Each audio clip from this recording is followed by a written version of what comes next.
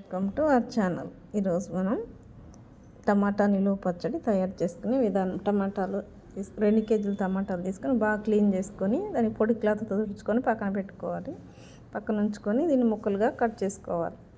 ముక్కలుగా కట్ చేసుకున్న తర్వాత మొత్తం అలానే కట్ చేసుకొని ఈ 2 కేజీల టమాటాలకి ఒక బౌల్లో వేసుకొని 200 గ్రాముల చింతపండు, 200 గ్రాముల ఉప్పు వేసుకోవాలి.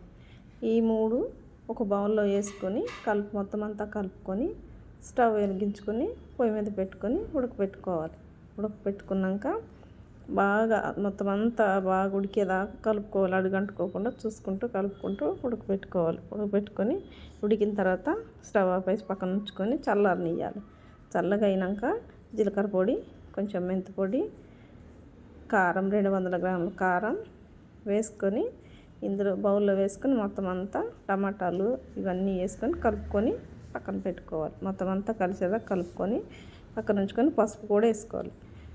ఇప్పుడు మిక్సీ జార్ తీసుకొని మిక్సీలో వేసుకొని మెత్తగా గ్రైండ్ చేసుకోవాలి. మొత్తం అంతా అలాగే మెత్తగా గ్రైండ్ చేసుకొని ఇప్పుడు పోపు కోసం బాండి పెట్టి నూనె వేసుకొని తాలింపు గింజలు, మినప్పప్పు, శనగపప్పు, ఇంగువ, కరివేపాకు అన్నీ వేసుకొని